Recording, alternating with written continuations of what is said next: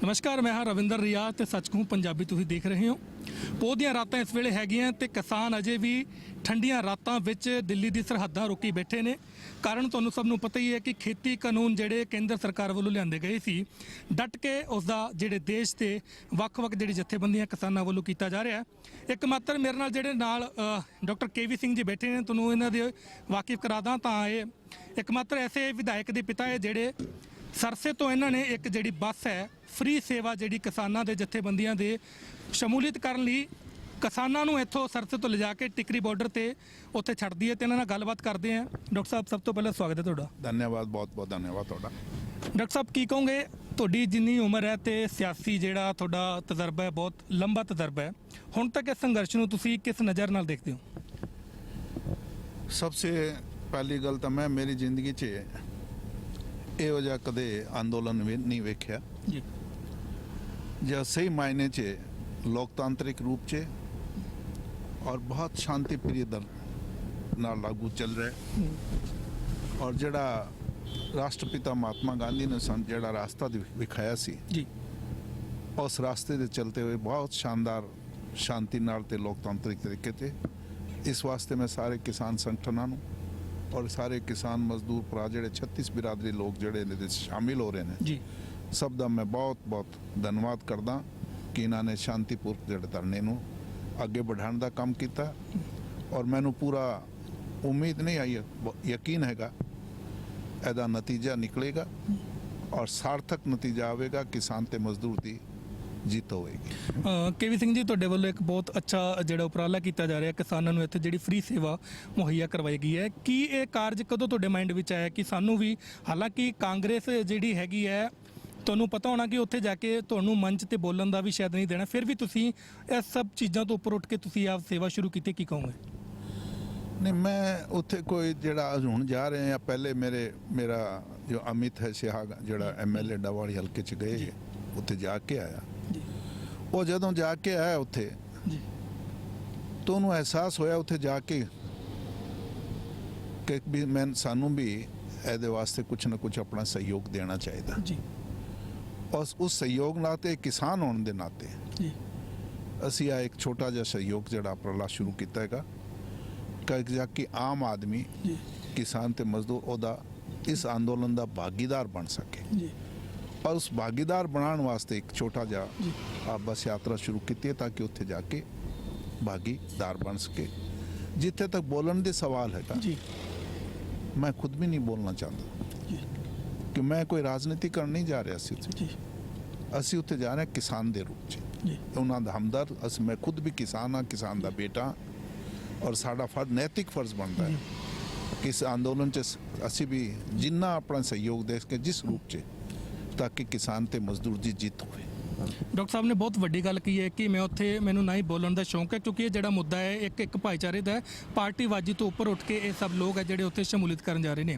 Doctor ਸਾਹਿਬ, ਸਰਕਾਰ ਦੇ ਰਵੱਈਏ ਦੀ ਜੇਕਰ ਗੱਲ ਕੀਤੀ ਜਾਵੇ, 6 ਮੀਟਿੰਗ ਤੋਂ ਬਾਅਦ ਮੀਟਿੰਗ ਹੋ ਰਹੀ ਹੈ।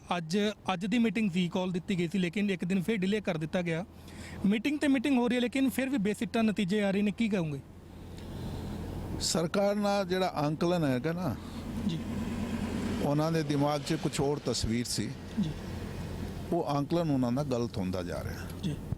ਉਹ ਸੋਚਦੇ ਸੀ ਅਗਰ ਇਹਨੂੰ ਲੰਬਾ ਲਟਕਾਉਂਦੇ ਰਹੀਏ ਤਾਂ ਆਪਣੇ ਆਪ ਕਿਸਾਨਾਂ ਦਾ ਹੌਸਲਾ ਪਸਤ ਹੋ ਜਾਏਗਾ ਔਰ ਆਪਣੇ ਆਪ ਜਿਸ ਤਰ੍ਹਾਂ ਪਹਿਲੇ ਅੰਦੋਲਨ ਹੁੰਦੇ ਸੀ, ਲੰਬਾ ਵਕਤ ਦਿੰਦੇ ਤੇ ਲੰਬਾ ਆਪਣੇ ਆਪ ਖਤਮ ਹੋ ਜਾਂਦਾ ਸੀ। ਉਹ ਅੰਕਲਨ ਉਹਨਾਂ ਦਾ ਗਲਤ ਹੋ ਗਿਆ। ਔਰ ਮੈਂ ਪਹਿਲੇ ਕਿਉਂ ਕਹਿੰਦਾ, ਮੈਂ ਮੇਰੀ ਜ਼ਿੰਦਗੀ 'ਚ ਪਹਿਲੀ ਵਾਰ ਇਹੋ ਜਿਹਾ ਅੰਦੋਲਨ ਜਿਹੜਾ ਬਿਲਕੁਲ ਏਕਤਾ ਦੇ ਨਾਲ 36 ਬਿਰਾਦਰੀ ਖੜੇ ਹੋ ਕੇ, ਤਾਂ ਹੁਣ ਮੇਰੇ ਖਿਆਲ ਨਾਲ ਸਰਕਾਰ 'ਚ ਦਿਮਾਗ 'ਚ ਵੀ ਕੁਝ ਤਬਦੀਲੀ ਆਈ ਹੋਣੀ ਜ਼ਰੂਰ ਕਿ ਜਿਸ ਤਰ੍ਹਾਂ ਦੀ ਏਕਤਾ ਵੇਖ ਕੇ। ਔਰ ਮੈਂ ਤਾਂ ਵਾਹਿਗੁਰੂ ਨੂੰ, ਅੱਲਾ ਨੂੰ, ਭਗਵਾਨ ਨੂੰ ਪ੍ਰਾਰਥਨਾ ਕਰਾਂਗਾ ਕਿ ਸਰਕਾਰ ਨੂੰ ਸਦਬੁੱਧੀ ਦੇਵੇ ਔਰ ਕੱਲ ਜਿਹੜੀ ਮੀਟਿੰਗ ਹੈ 30 ਤਾਰੀਖ ਦੀ, ਔਰ ਉਹਦੇ ਸਹੀ ਫੈਸਲਾ ਲੱਗ ਕੇ ਔਰ ਜਿਹੜਾ ਕਿਸਾਨਾਂ ਨੂੰ ਤਾਂ ਸਾਰੇ ਕਿਸਾਨ ਸੰਗਠਨਾਂ ਨੂੰ ਮਾਨਿਆ ਹੋਏ ਉਹ ਫੈਸਲਾ ਲੈ ਕੇ ਇਸ ਅੰਦੋਲਨ ਨੂੰ ਸਮਾਪਤ ਕਰਨ ਦਾ ਕੰਮ ਕਰੇ। ਆਹੀ ਦੇਸ਼ ਵਿੱਚ ਹੈ। ਡਾਕਟਰ ਸਾਹਿਬ, ਤੁਸੀਂ ਗੱਲ ਕੀ ਹੈ ਏਕਤਾ ਦੇ ਪੱਖੋਂ ਹੀ ਇਹ ਜਿਹੜਾ ਸੰਘਰਸ਼ ਹੁਣ ਤੱਕ ਲੋਕ ਕਹਿ ਰਹੇ ਆ ਕਿ ਆਜ਼ਾਦੀ ਤੋਂ ਬਾਅਦ ਸਭ ਤੋਂ ਮਜ਼ਬੂਤ ਜਿਹੜਾ ਸੰਘਰਸ਼ ਉੱਠਦਾ ਜਾ ਰਿਹਾ ਹੈ।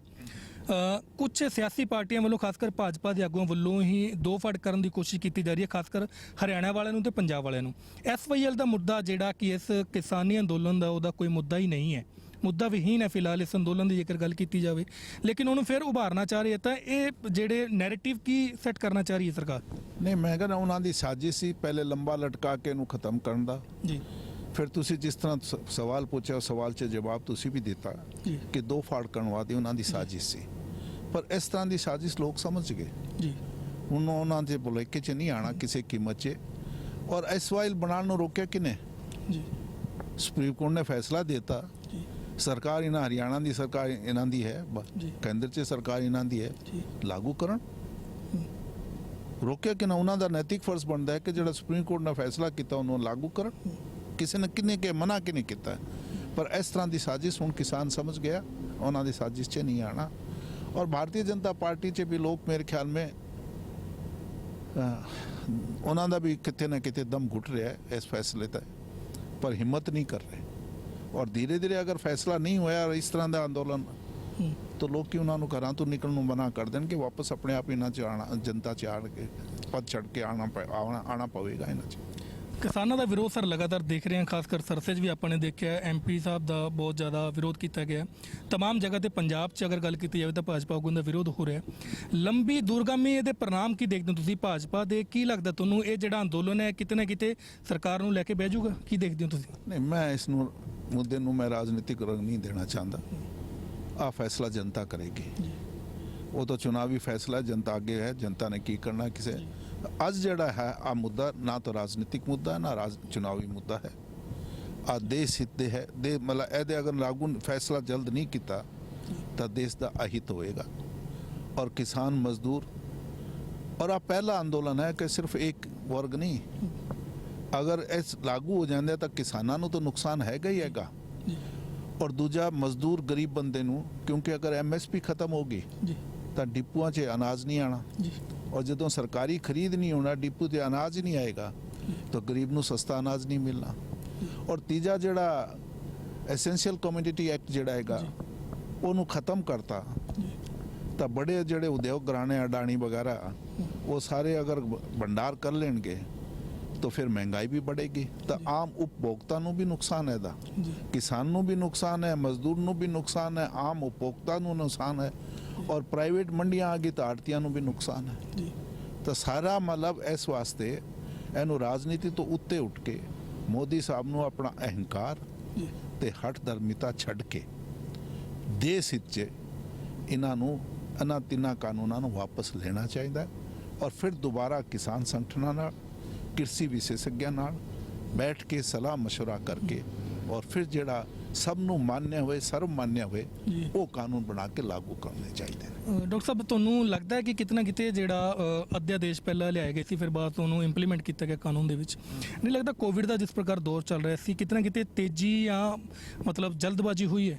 ਨਹੀਂ, ਜਲਦਬਾਜ਼ੀ ਤਾਂ ਹੋਈ ਹੈ, ਉਹਦੇ ਨਾਲ ਸਰਕਾਰ ਦੇ ਮਨ 'ਚ ਵੀ ਬੇਈਮਾਨੀ ਸੀ ਜੀ। ਅਧਿਆਦੇਸ਼ ਜਿਹਨੂੰ ਅੰਗਰੇਜ਼ੀ 'ਚ ਆਰਡੀਨੈਂਸ ਅਸੀਂ ਆਖਦੇ ਹਾਂ, ਉਹ ਕਦੋਂ ਲਾਏ ਜਾਂਦੇ ਆ? ਜਦੋਂ ਕੋਈ ਐਮਰਜੈਂਸੀ ਹੋਵੇ ਜੀ, ਵੀ ਸੈਸ਼ਨ ਲਾਗੂ ਨਹੀਂ ਹੈ ਔਰ ਐਮਰਜੈਂਸੀ ਹੈ। ਆ ਜਿਹੜੇ ਤਿੰਨ ਕਾਨੂੰਨ ਜਿਹੜੇ ਕੋਈ ਐਮਰਜੈਂਸੀ ਤਾਂ ਨਹੀਂ ਸੀ ਜੀ, ਤਾਂ ਉਹਨਾਂ ਦੇ ਮਨ 'ਚ ਬੇਈਮਾਨੀ ਸੀ ਜਦੋਂ ਇਹ ਆਰਡੀਨੈਂਸ ਲੈ ਕੇ ਆਏ ਜੀ। ਔਰ ਦੂਜਾ ਬੇਈਮਾਨੀ ਕਿ ਜਿਸ ਤਰ੍ਹਾਂ ਲੋਕ ਸਭਾ 'ਚ ਪਾਸ ਕੀਤਾ ਜੀ, ਕਿਉਂਕਿ ਜਿਨ੍ਹਾਂ ਨੇ ਜਬ ਵਿਪਕਸ਼ ਨੇ ਉਹਨਾਂ ਨੂੰ ਇੱਕ ਮੰਗ ਰੱਖੀ ਸੀ ਜਿਹੜੀ ਜਾਇਜ਼ ਮੰਗ ਸੀ ਜੀ। ਔਰ ਹਮੇਸ਼ਾ ਹੁੰਦੀ ਹੈ ਕਿ ਇਸ ਤਰ੍ਹਾਂ ਦੇ ਜਿਹੜੇ ਮੁੱਦੇ ਹੈ, ਜਿਹੜੇ ਬਿੱਲ ਹੈ ਜਿੱਥੇ ਸਹਿਮਤੀ ਨਾ ਹੋਏ ਤਾਂ ਹਮੇਸ਼ਾ ਕਹਿੰਦੇ ਹੈ ਕਿ ਜੁਆਇੰਟ ਪਾਰਲੀਮੈਂਟ ਕਮੇਟੀ ਬਣਾਈ ਜਾਏ। ਜੀ, ਜੁਆਇੰਟ ਪਾਰਲੀਮੈਂਟ ਕਮੇਟੀ ਕੀ ਹੁੰਦੀ ਹੈ ਕਿ ਸਾਰੇ ਪਾਰਟੀਆਂ ਦੇ ਮੈਂਬਰ ਉਹਦੇ 'ਚ ਬਣ ਕੇ ਉਹਦੇ ਸਾਹਮਣੇ ਰੱਖਿਆ ਜਾਂਦਾ ਹੈ ਔਰ ਉਹ ਅਗਰ ਪਾਸ ਫਿਰ ਉੱਥੇ ਲੋਕ ਸਭਾ 'ਚ ਲੈ ਕੇ ਆਣ ਤਾਂ ਆ ਜਿਹੜੀ ਮੰਗ ਸੀ ਉਹ ਨਹੀਂ ਮੰਨੀ ਤਾਂ ਵਿਪਕਸ਼ ਵਾਕਆਊਟ ਕਰ ਗਿਆ ਔਰ ਇਹਨਾਂ ਨੇ ਉਹਨਾਂ ਦੀ ਗੈਰ ਹਾਜ਼ਰੀ 'ਚ ਪਾਸ ਕਰਤਾ। ਤੀਜਾ, ਹਮੇਸ਼ਾ ਐਗਰੀਕਲਚਰ ਦੀ ਅਲੱਗ ਦਾ ਇੱਕ ਸਟੈਂਡਿੰਗ ਕਮੇਟੀ ਹੁੰਦੀ ਲੋਕ ਸਭਾ 'ਚ, ਰਾਜ ਸਭਾ 'ਚ ਜੀ। ਹਮੇਸ਼ਾ ਜਿਹੜਾ ਬਿੱਲ ਹੁੰਦਾ ਹੈ ਪਹਿਲੇ ਉਹਦੇ ਕੋਲ ਜਾਂਦਾ ਹੈ, ਉਸ ਕਮੇਟੀ ਕੋਲ ਵੀ ਨਹੀਂ ਭੇਜਿਆ। ਔਰ ਤੀਸਰਾ ਜਿਹੜਾ ਰਾਜ ਸਭਾ 'ਚ ਉਹਨਾਂ ਨੇ ਵੋਟਿੰਗ ਹੀ ਨਹੀਂ ਕਰਵਾਈ। ਤਾਂ ਆ ਸਾਰੇ ਜਿਹੜਾ ਵੇਖ ਕੇ ਲੱਗਦਾ ਕਿ ਇਹਨਾਂ ਦੇ ਮਨ 'ਚ ਬੇਈਮਾਨੀ ਸੀ ਔਰ ਚੋਰੀ ਛਿਪੇ ਨੂੰ ਲਾਗੂ ਕਰਨਾ ਚਾਹੁੰਦੇ ਸੀ। ਪਰ ਕਿਸਾਨ ਅੱਜ ਦਾ ਕਿਸਾਨ ਜਿਹੜਾ ਹੈ ਜਾਗਰੂਕ ਹੋ ਗਿਆ, ਉਹ ਆਪਣੇ ਭਲੇ ਨੂੰ ਸਮਝਦਾ ਹੈ, ਭਲੇ ਬੁਰੇ ਨੂੰ। ਅਗਰ ਅੱਜ ਚੰਗੇ ਹੁੰਦੇ ਤਾਂ ਉਹਨਾਂ ਨੂੰ ਕੀ ਤਕਲੀਫ ਸੀ? ਕਿਸਾਨ ਨੂੰ ਕੋਈ ਮਜ਼ਾ ਤਾਂ ਨਹੀਂ ਆ ਰਿਹਾ ਠੰਡ 'ਚ ਉੱਥੇ ਬੈਠ। ਜਦੋਂ ਉਹਨਾਂ ਨੂੰ ਪਤਾ ਪੜ੍ਹ ਲਿਆ, ਗਹਿਰਾਈ ਨਾਲ ਪੜ੍ਹ ਲਿਆ, ਉਹਨਾਂ ਨੇ ਵੀ ਕੰਸਲਟ ਕੀਤਾ ਵਿਸ਼ੇਸ਼ज्ञ ਨਾਲ। ਸਾਰੇ कृषि विशेषज्ञ ਜਿੰਨੇ ਵੀ ਹੈ ਸਾਰੇ ਉਹ ਆਖਦੇ ਨੇ ਕਿ ਵੀ ਇਹ ਤਿੰਨੋਂ ਬਿੱਲ ਜਿਹੜੇ ਹੈ ਕਿਸਾਨਾਂ ਦੇ, ਮਜ਼ਦੂਰ ਦੇ, ਉਪਭੋਗਤਾ ਤੇ ਹਿੱਤ 'ਚ ਨਹੀਂ ਹੈ। ਜਿਹੜੇ ਰਾਜਨੀਤੀ ਨਹੀਂ ਕਰਦੇ, कृषि विशेषज्ञ ਵੀ ਖੁਦ ਕਹਿ ਰਹੇ ਨੇ। ਤਾਂ ਇਸ ਵਾਸਤੇ ਮੈਂ ਤਾਂ ਬਾਰ-ਬਾਰ ਫਿਰ ਆਏ ਕਰਨਾ ਕਿ ਨਵੇਂ ਸਾਲ 'ਚ ਵਾਹਿਗੁਰੂ ਅੱਲਾ ਭਗਵਾਨ ਜਿਹੜਾ ਹੈ ਇਹਨੂੰ ਮੋਦੀ ਜੀ ਨੂੰ ਸਦਬੁੱਧੀ ਦੇਵੇ, ਔਰ ਤਾਂ ਕਿ ਇਹਨਾਂ ਨੂੰ ਇੱਕ ਵਾਰ ਰੱਦ ਕਰਕੇ, ਅਗਰ ਭਾਈ ਰੱਦ ਵੀ ਨਹੀਂ ਕਰਨਾ ਚਾਹੁੰਦਾ ਕੋਈ, ਉਹਨਾਂ ਨੂੰ ਥੋੜੀ ਅਹਿਮ ਨੂੰ ਚੋਟ ਪਹੁੰਚਦੀ ਹੈ ਤਾਂ ਨਿਲੰਬਿਤ ਕਰ ਦੇ। ਔਰ ਨਿਲੰਬਿਤ ਕਰਕੇ ਕਿਸਾਨਾਂ ਦੇ ਸੰਗਠਨਾਂ ਦੀ ਇੱਕ ਕਮੇਟੀ ਬਣਾ ਕੇ ਉਹਨਾਂ ਨਾਲ ਸਲਾਹ ਮਸ਼ਵਰਾ ਕਰਕੇ ਜਿਹੜਾ ਸਰਵਮਾਨਯ ਬਣਦਾ ਹੈ ਉਹ ਬਿੱਲ ਫਿਰ ਲਾਗੂ ਕਰ। ਜੀ ਡਾਕਟਰ ਸਾਹਿਬ, ਆਖਰੀ ਸਵਾਲ ਹੈ, ਸ਼ੀਤਕਾਲੀਨ ਸੱਤਰ ਵੀ ਸਰਕਾਰ ਨੇ ਨਹੀਂ ਬੁਲਾਇਆ ਗਿਆ, ਉਸ ਦੀ ਜਿਹੜੀ ਤਰਵੀਜ ਸਰਕਾਰ ਵੱਲੋਂ ਦਿੱਤੀ ਗਈ ਹੈ ਕਿ ਕੋਵਿਡ ਦਾ ਬਹੁਤ ਸੰਕਰਮਣ ਹੋ ਸਕਦਾ ਹੈ ਕਿਉਂਕਿ ਕੋਵਿਡ ਦੁਆਰਾ ਸਕਰੀਆ ਹੋ ਰਿਹਾ। ਹਾਲਾਂਕਿ ਵੱਖ-ਵੱਖ ਸੂਬਿਆਂ ਵਿੱਚ ਵਿਸ਼ਾਲ ਰੈਲੀਆਂ, ਰੋਡ ਸ਼ੋਅ ਕੀਤੇ ਜਾ ਰਹੇ ਨੇ, ਕੀ ਕਹੋਗੇ?